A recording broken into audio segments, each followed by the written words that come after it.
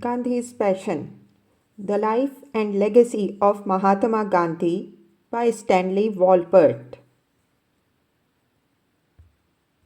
It would be a tragedy, so far as I am concerned, if Kashmir went to Pakistan, Nehru warned his colleagues. On October 25th, he cabled Attlee that a grave situation has developed in the state, arguing that India might have to send aid to help restore its internal tranquility. He promised that such aid in this emergency is not designed in any way to influence the state to accede to India. That question, Nehru declared, must be decided in accordance with the wishes of the people. Less than a day later, Nehru and Mountbatten launched India's largest airlift. More than 100 Indian planes took off from Delhi and neighboring airports, packed with Sikh soldiers, carrying enough armor and ammunition to secure Srinagar and its airport from advancing Muslim tribals. Kashmir was to become the primary major preoccupation of India's central government for the next 3 months. Not only did it take up most of Nehru's and Mountbatten's time, but it preempted all of India's air transport and virtually all of its fuel, arms, and martial supplies, flown round the clock, weather permitting, up to Srinagar, capital of India's only Muslim majority state, with a total population less than 1% of India's. The trouble in Kashmir has been thrust upon us, and yet it may well be the saving of us in many ways, Nehru told his generals. It may go a long way in settling our problem with Pakistan. To anxious Attlee, who kept wiring Mountbatten asking what Dominion India was doing and why, Nehru cabled. Our military intervention is purely defensive in aim and scope, in no way affecting any future decision about accession that might be taken by the people of Kashmir. Jinnah angrily accused Nehru and India of trying to steal Kashmir from its rightful place in Pakistan by fraud and violence. Mountbatten had promised Jinnah to fly with Nehru to Lahore to negotiate a ceasefire and a settlement on Kashmir, but Nehru pretended to be sick on the eve of their flight, so Mountbatten had to go alone to confer with Pakistan's Governor General, who was in fact by then fatally ill. I hope that soon our troops will take the offensive, Nehru wrote aggressively to prod his officers in Kashmir. This has been done at tremendous cost to us and holding up most of our other activities in India. All our air services have stopped and every available plane is going to Kashmir. I see no reason why any of you should go to Lahore to confer with Mr. Jinnah. There is very little to discuss. It is obvious that a plebiscite cannot take place till complete law and order have been established. I see no chance of this happening. Nehru had agreed to the plebiscite only at Mountbatten's insistence and to placate Attlee, since India was, after all, engaged in undeclared war with a fellow dominion of the British Commonwealth. But Nehru was determined to win his war in Kashmir at any price. He even turned now against his once dear friend Sheikh Abdullah, whom he had placed on Srinagar's throne as Prime Minister when that lion of Kashmir wanted to fly to Pakistan in order to negotiate with Jinnah. All dealings with Pakistan should be through the Indian Union, Nehru warned him. Any direct contacts should be avoided. Nehru regularly flew to Kashmir to rally his troops in Srinagar. I am proud of you. You have not only saved Kashmir, you have also restored the prestige of India, your mother country. Gandhi knew how hollow Nehru's boastings was.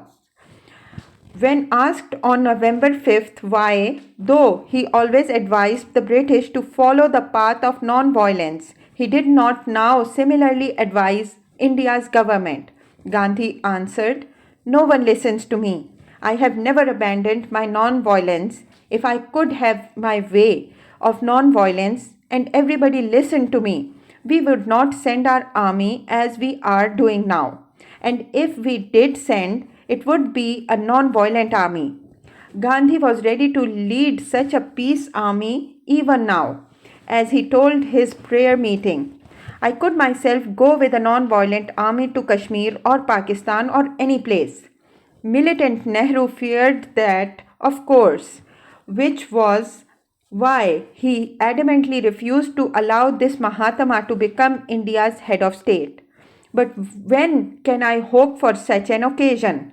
Bapu cried, bowing his bald head, closing his weary eyes as he continued softly. Today I am helpless. Today I have become bankrupt. I have no say with my people today. What I said in the past has no value. Never had his feelings of impotent, passionate despair been so palpable. Nonetheless, he insisted, I make bold to say that in this age of atom bomb, unadulterated nonviolence is the only force that can confound all the tricks put together of violence. Daily, Gandhi spoke out against the way things are going in India, especially bemoaning the explosion of violence and the disappearance of human kindness. And at every cabinet meeting, Nehru and Patel clashed, often arguing angrily.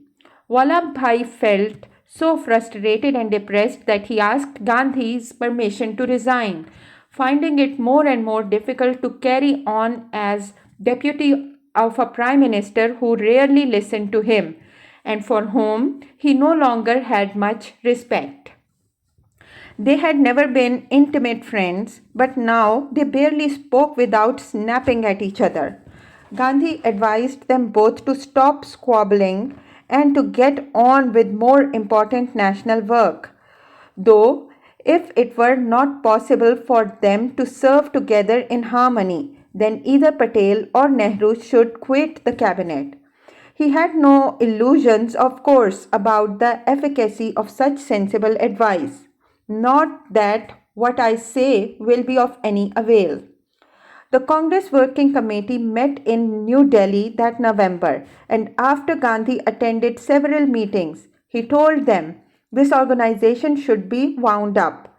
I have seen enough to realize that though not all of us have gone mad, a sufficiently large number have lost their heads.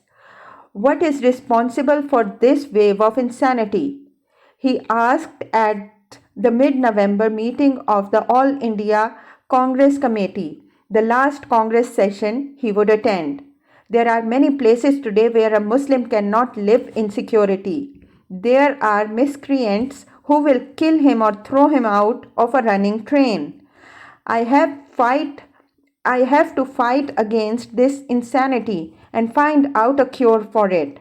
I am ashamed of what is happening today. Such things should never happen in India.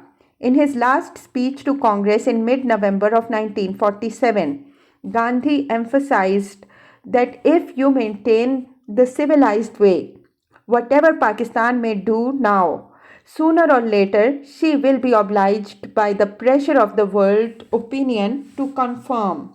Then war will not be necessary and you will not have to empty your exchequer. By the end of November, Gandhi felt that Delhi had turned into a fire pit, burning with communal riots, murders, and plunder, thousands of refugees continuing to pour in Delhi. Also, Kashmir is in the cauldron. He wrote, while those brothers and sisters who joined the Congress are scrambling for power and fame. He tried again now to convince militant Nehru to step down, saying at his prayer meeting, unfortunately, none of our ministers is a peasant. The Sardar Patel is a peasant by birth and has some knowledge of agriculture, but Jawaharlal is a scholar and a great writer. But what does he know about farming? More than 80% of our population are peasants. In a true democracy, There should be the rule of peasants in our country. They need not become barristers. They should know how to be good farmers. He suggested that Jawaharlal might at best be the secretary of a peasant prime minister. Our peasant ministers would stay not in a palace but in a mud house and would toil on the land throughout the day. Then alone can there be a true peasant rule. Nehru, however, was too busy fighting his war in Kashmir to think of stepping down. Instead, he moved into New Delhi's Teen Murti Marg mansion, built by the British for their commander in chief, a grand residence with lovely spacious gardens and a high gate of spiked steel. Nehru's High Commissioner to Pakistan, Siri Prakasha, sensibly suggested that perhaps the wisest thing to do about Kashmir, since it was mostly Muslim, would be to let Pakistan have it. I was amazed. Nehru thundered that you hinted at Kashmir being handed over to Pakistan. The fact is that Kashmir is one of the most vital significance to India. Kashmir is going to be a drain on our resources, but it is going to be a greater drain on Pakistan. Pakistan's ailing Prime Minister Liaquat Ali Khan flew to Delhi that November with his Finance Minister Ghulam Muhammad at Mountbatten's invitation to confer with Nehru and Patel about Pakistan's share of British imperial sterling assets. These were to have been released by India 3 months earlier but remained locked in New Delhi's treasury vault. Mountbatten asked Gandhi to join him in his first meeting with Liaquat, knowing how negative Nehru felt. Yet, how dishonest it would be for India to rob Pakistan of its share of imperial assets. Gandhi, of course, insisted that India remain true to its word. Gandhi worried more about how much money was being squandered in Kashmir to airlift everything to support the war. How long could such lavish expenditures continue? And what of the increasing and desperate needs of India's starving millions? Congress's government allotted virtually nothing to the constructive work of hand spinning and weaving he had devoted so many years of his life to fostering. It is difficult to answer the question why constructive work is making so little headway, though the Congress has sworn adherence to it for years. Gandhi told a deputation of constructive workers who came to him in early December. It may be that we have no heart. He had lost faith in this government and advised his friends not to bother consulting it. Your work is among the masses. The Constituent Assembly is today forging the Constitution. Do not bother. We have to resuscitate the village, make it prosperous, and give it more education and more power. He still passionately dreamed of establishing a totally non-violent India under village rule.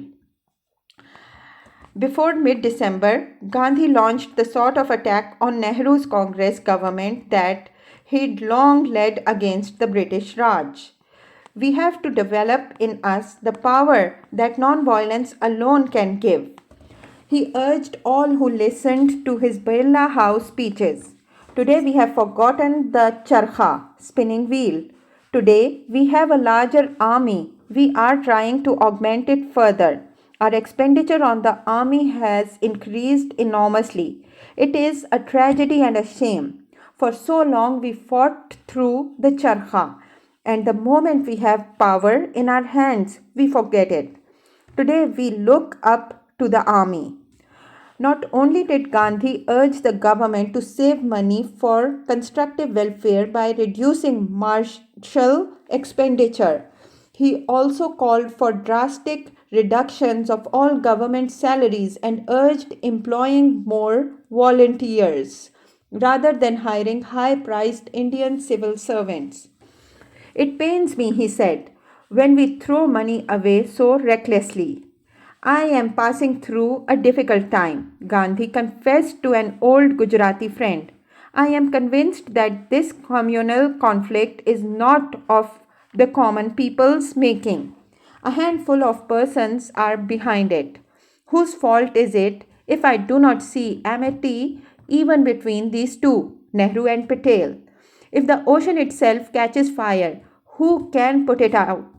Falsehood has spread so much that one cannot say where it will end. People deceive me. On Christmas Day, moved by its spirit of peace, Gandhi spoke to his meeting about Kashmir. Can we not settle the issue between ourselves? One should always admit one's mistakes. The Hindus and Sikhs of Jammu, or those who had gone there from outside, killed Muslims there. I shall advise Pakistan and India to sit together and decide the matter. The Maharaja can step aside and let India and Pakistan deliberate over the matter. If they want an arbitrator, they can appoint one. He advised Sheikh Abdullah to form an interim government and restore law and order. The armies can be withdrawn. If the two countries arrive at a settlement on these lines, it will be good for both. If India's Pandit Prime Minister had only listened to the man he was soon to hail as the light of India's life, India could have saved countless millions of pounds, two wars, and the lives of at least 50,000 men. But when Nehru heard what Gandhi had said, he angrily chastised him. I have been severely reprimanded for what I said concerning Kashmir, Bapu confided to the attendees at Birla House a few days later. The advice I gave is the kind of advice the humblest man may give. Occasionally, it becomes one's duty to offer such advice. Kashmir is a Hindu state, the majority of its people being Muslims. The raiders say that the Muslims of Kashmir are being ground down under the tyranny of Hindu Raj and that they have come for their succor. It seems obvious to me, as it should seem obvious to others, that if Sheikh Abdullah cannot carry with him the minority as well as the majority, Kashmir cannot be saved by military might alone. Gandhi believed that if the right thing is done and the right direction given to the process, the present darkness in the country, Kashmir, may become light. He passionately urged Pakistan and India to come together and decide the issue with the help of impartial mediation. He all but openly offered himself as the mediator, asking aloud at his prayer meeting, "Is there no one in India who is impartial?" But Mahatma Gandhi's peaceful solution for Kashmir conflict, formulating an honorable way for India to extricate itself from the costly, deadly war, was completely ignored by Nehru. Not only did Nehru silently reject Bapu's wise advice and kind offer, but he also resented Gandhi's daring to intrude into the one foreign policy area Nehru most coveted as his own personal domain. I hold that self-government is only a means to good government, Gandhi wrote at the year's end, and true democracy is what promotes the welfare of the people. The test of good government lies in the largest good of the people with the minimum control. In my view, a system that admits of poverty and unemployment is not fit to survive even for a day. He had tried his best to stop the bloodletting in Delhi, Punjab, and Kashmir. He had spoken out fearlessly and truthfully, hoping to elicit some compassionate deeds of wisdom from the powerful men who all loved to call themselves his disciples and him the nation's father. But as yet, he heard no response from Delhi's power elite. He had but one weapon left, yet he hesitated to use it. On January 2nd, 1948, Gandhi read an angry Hindu's letter asking how he could still be friendly with the Muslims when the war with Pakistan might turn every Muslim in India into a traitor. It is this attitude that was responsible for the partition of the country, Gandhi commented. Only the good and the noble can be brave. Stupid people can never be brave. Today, the poison around us is only increasing. Kashmir has added more poison. He continued to call for an immediate negotiated settlement with Pakistan over Kashmir. Whatever might have been the attitude of Pakistan, if I had my way, I would have invited Pakistan's representatives to India and we could have met, discussed the matter, and worked out a settlement. A true fearless satyagrahi was always prepared to settle any conflict peacefully. We should at least try to arrive at an agreement so that we could live as peaceful neighbors. Mistakes were made on both sides. Of this I have no doubt. But this does not mean that we should persist in those mistakes, for then, in the end, we shall only destroy ourselves in the war. Still, he was ignored. Time was when what I said went home. Today, mine is a cry in the wilderness. He was helpless to stop the war. He added softly, knowing just how little India's rulers now cared for his advice. His disciples asked why he didn't go to Pakistan and launch his satyagraha there to stop the killings of Hindus, to which he replied, I can only go to Pakistan after India has cleansed herself. I will do or die here. Gandhi still passionately trusted to ahimsa, which he called the one thing capable of saving Delhi or the world. On January 12th, he told his friends, I yearn for heart friendship between Hindus, Sikhs, and Muslims. Today it is non existent. Fasting is a satyagrahi's last resort. He resolved to start his indefinite fast the next day. It will end when and if I am satisfied that there is a reunion of hearts of all communities. He had met with Nehru and Patel just a few hours earlier. This time, my fast is not only against Hindus and Muslims but also against the Judas who put on false appearances and betray themselves, myself, and society. Bapu told Manu that morning. Since mid-August, Nehru and Patel had continued to resist releasing Pakistan's 550 million rupees owed from partitioned British imperial balances. Many Indians felt that Gandhi fasted only to encourage Delhi's cabinet to pay Pakistan that money, but Gandhi's final fast, the penultimate passion of his life, was undertaken for more than one failure on the part of his two most powerful former disciples. He fasted to punish his impotent self for the general breakdown of Delhi, for the selfish corruption of the Congress, and for the criminal attacks against minorities in both dominions. If he could not stop so much poison with every word of sage advice, he had repeated at least 1,000 times. He passionately wanted to die, to release his great soul from his body's wretched shell, full of aches and pains. In mid-January, Patel offered to resign if that would end Gandhi's fast, but Bapu refused to allow it. He lost several pounds after 3 days, but felt strong enough to dictate his prayer speech on the 4th, though not to walk outside. His voice reached a large prayer crowd through a microphone brought to his bed inside Birla House. Our cabinet deserve the warmest thanks, he said, for having agreed to that day to transfer Pakistan the unpaid partition funds. This is no policy of appeasement of the Muslims.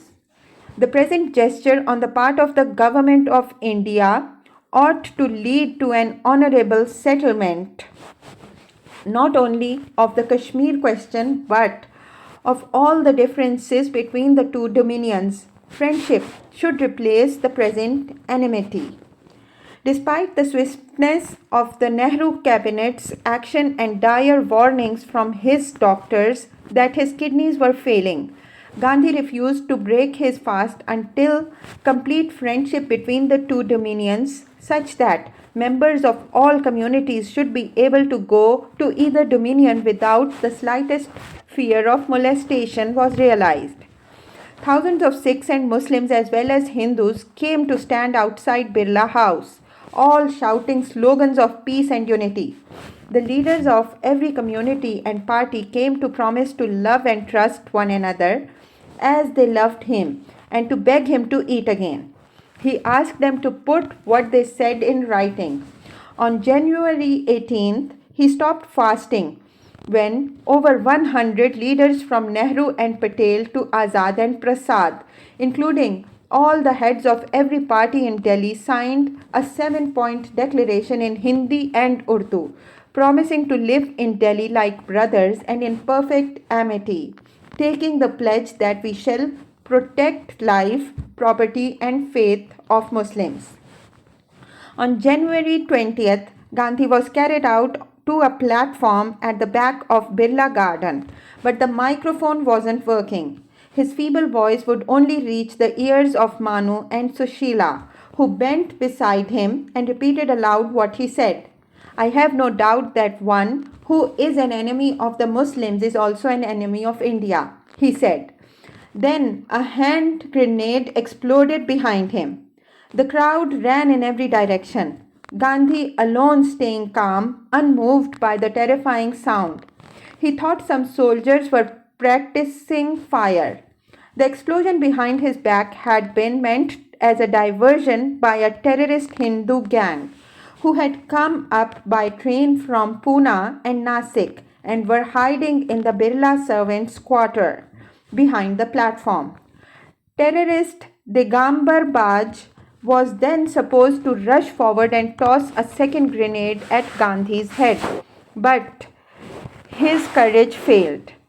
He and his 5 co-conspirators fled the garden instead, escaping in a taxi waiting for them just outside the gate. Only one terrorist, a Punjabi refugee named Madan Lal Pahwa, who tossed the grenade, was caught and immediately taken into custody. Nathuram Vinayak Godse, his brother Gopal Godse, and their co-conspirator Narayan Apte all escaped and remained free in Delhi until they attacked again 10 days later. No policemen followed that taxi full of young, well-dressed Hindu fanatics. No one even reported the taxi license or raced after it. Only trembling Pahwa was arrested, but he told his interrogators little more than that he was a Punjabi refugee, a good Hindu, and an Indian patriot. Daily looting of Muslim homes continued, moreover, as did the exodus from Delhi of terrified Muslim families. Gandhi was eager to leave as soon as possible for Pakistan. He received a wire from Sindh's Chief Minister, M.A. Kohro, inviting him to Karachi, but Nehru deterred him from going, not thinking any useful purpose will be served thereby. So Gandhi remained in Delhi. Birla House was put under military guard. Sardar Patel wanted every person who entered its garden searched, but Bapu strongly disapproved. I believe that Rama is my only protector, Gandhi told his audience the next day. If he wants to end my life, nobody can save me, even if 1,000,000 men were posted to guard me. He planned to leave for Wardha on February 2nd and hoped soon after that to go to West Pakistan. He was regaining strength slowly and by January 25th was able to walk to his prayers. Nehru and Patel continued their squabbling and each wrote his own letter to Gandhi on Purna Swaraj Day, January 26, 1948, offering to resign and let the other run the country his own way. Both asked Gandhi to decide between them, but he refused to accept that burden, advising them to carry on as dutiful and dispassionate servants of India. Gandhi woke as usual before dawn on Friday, 30th January 1948. He had finished his early prayers by 4 a.m. Manu chanted at his request, "Whether tired or not, O man, do not take rest." Then she covered him with a hand-spun wrap. He drank hot water, honey, and lemon juice at 4:45, and a full glass of orange juice at an hour later. Then he took a nap while Manu massaged his feet. After waking again, they went out for a morning walk. When they returned, Manu helped him prepare for his bath. For lunch, he ate goat's milk, boiled vegetables, tomato juice, and 4 oranges. He talked with Sushila's brother, Pyare Lal Nayyar, who had recently returned from Nokhali. Then he lay down for another nap, before which Manu massaged his feet with ghee, clarified butter. When he woke up, Manu saw him coming from the wooden board to the bathroom. I said, "Bapu, how well you look, walking by yourself." Bapu returned, "Certainly I look well, don't I? Put it alone." Then his afternoon visitors started to arrive. His most important visitor that day was Sardar Patel, who came at 4 p.m. to unburden himself, asking Bapu's permission once again to quit the cabinet. Nehru was scheduled to come that evening to tell his side of their endless quarrel. Gandhi and Patel were still talking at 4:30 when Abha brought Bapu his evening meal, which he always finished before the prayer meeting started at 5 p.m. Abha knew how punctual Bapu was, so precisely at 5 she returned to clear the tray, coughing slightly to draw Patel's attention, hoping thus to end the intense tete-a-tete between the two brothers. But Gandhi focused on Vallabhbhai, whose pain was palpable in every deeply engraved line of his tortured face. 5 minutes passed and Abha held up Bapu's watch where he could see it. "I must now tear myself away," Gandhi told Patel, rising from the floor mat. Manu gathered up his pen, rosary, and glasses, keeping them with her notebook and his spittoon as she positioned herself on his right side. Abha was his left hand's walking stick, and she joked as she moved into place. "Bapu, your watch must be feeling very neglected. You would not look at it." "Why should I, since you are my timekeepers?" They walked towards the garden. "But you do not look at the timekeepers," she responded gaily. He laughed. As they headed down the crowded garden path, most of those waiting bowed to greet him, moving aside to allow him to pass without obstruction towards the platform. "I was walking on his right," Manu recalled. From the same direction, a stout young man in khaki dress with his hands folded pushed his way through the crowd and came near us. I thought he wanted to touch Bapu's feet, but hate-crazed Nathuram Godse, whose small pistol was cradled in his chubby hands, was not interested in Gandhi's feet. He aimed his gun point blank at Mahatma's bare chest and fired 3 bullets as fast as he could press the pistol's trigger.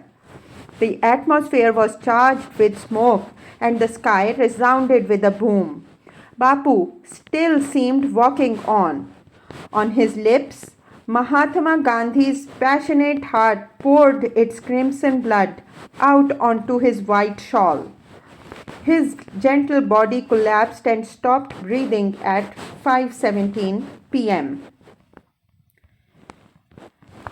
Chapter 25. His Indian Legacy.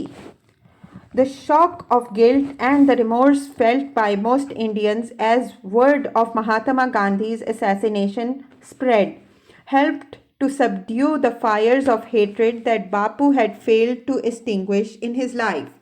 It was not a Pakistani Muslim but a self-proclaimed devout Hindu Brahman who murdered the Mahatma, a man who soon proudly insisted in court that he acted to save India as well as Hinduism.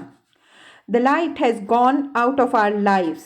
Jawaharlal Nehru declaimed that night, fighting back tears as he delivered his beautifully poignant tribute to Gandhi over the radio.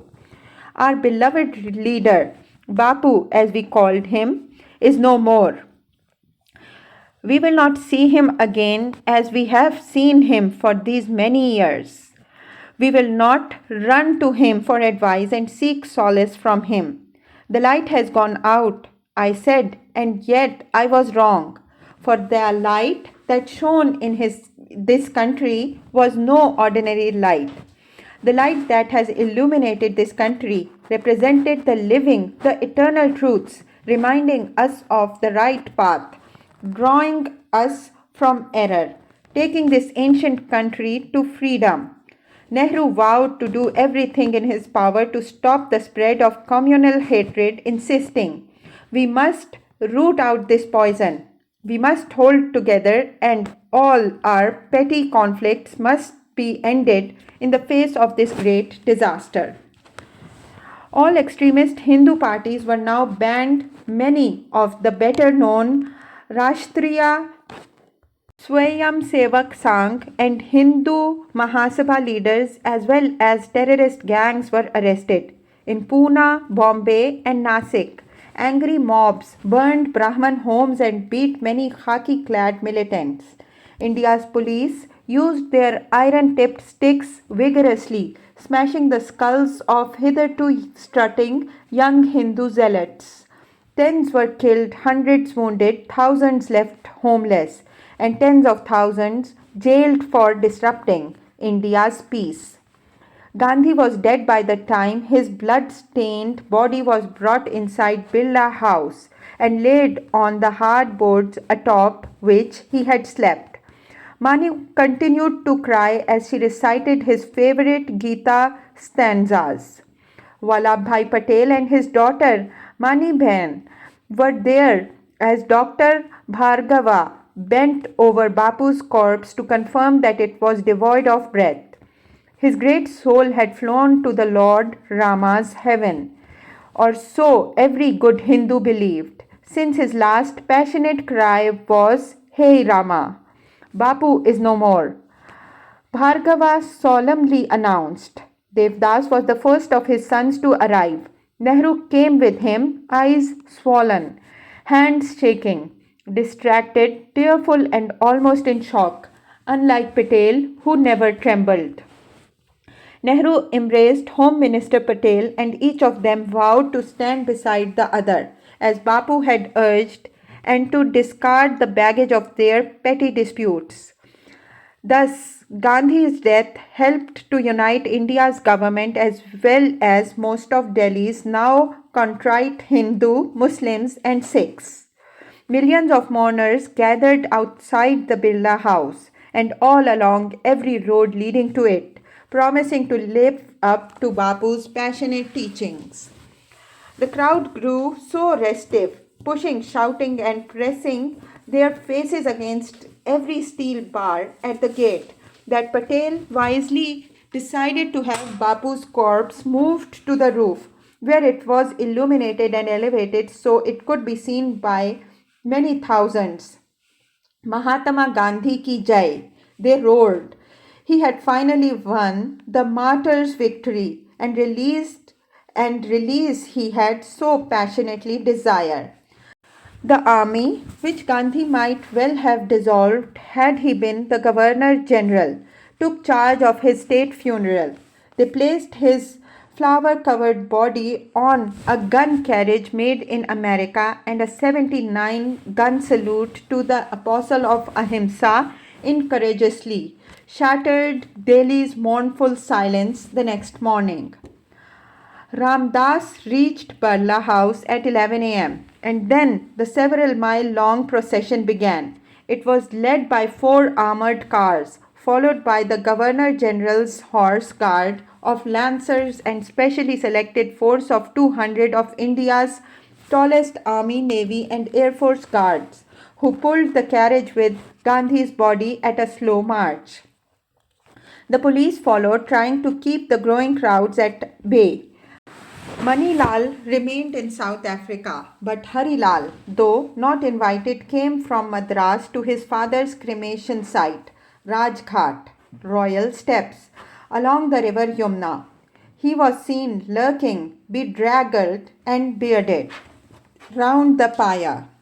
As Gandhi's eldest son, Harilal should have been asked to ignite the fire, which Ram Das did. The heavily garlanded, wreathed sandalwood pyre, soaked with clarified butter and incense, lit up Delhi's sky with its sparks at 4:45 and burned all through the chilly night as Gandhi's light of love and non-violent passion for peace turned to ashes. On 12th February 1948, Manu, Abha, Sushila, Devdas and Ramdas journeyed with Nehru and his cabinet to Allahabad, bearing Bapu's immolated remains, part of which were to be scattered the next morning in the muddy confluence of river Ganga and Yamuna, where, according to ancient Hindu lore, they were joined by their invisible sister river Saraswati. Nehru and Patel took turns carrying the Mahatma's urn on their shoulders as helicopters circled overhead, scattering rose petals. 4 military jeeps led the march from Allahabad's Queen's Road to the rivers, followed by cavalry grounds and the Command Regiment and supported by police and infantry. We followed the litter singing Ram Dhun. Then followed the leaders of the country. Manu recalled. Another military unit brought up the rear. All along the route, masses of people had taken positions on rooftops, branches of trees, telegraph poles.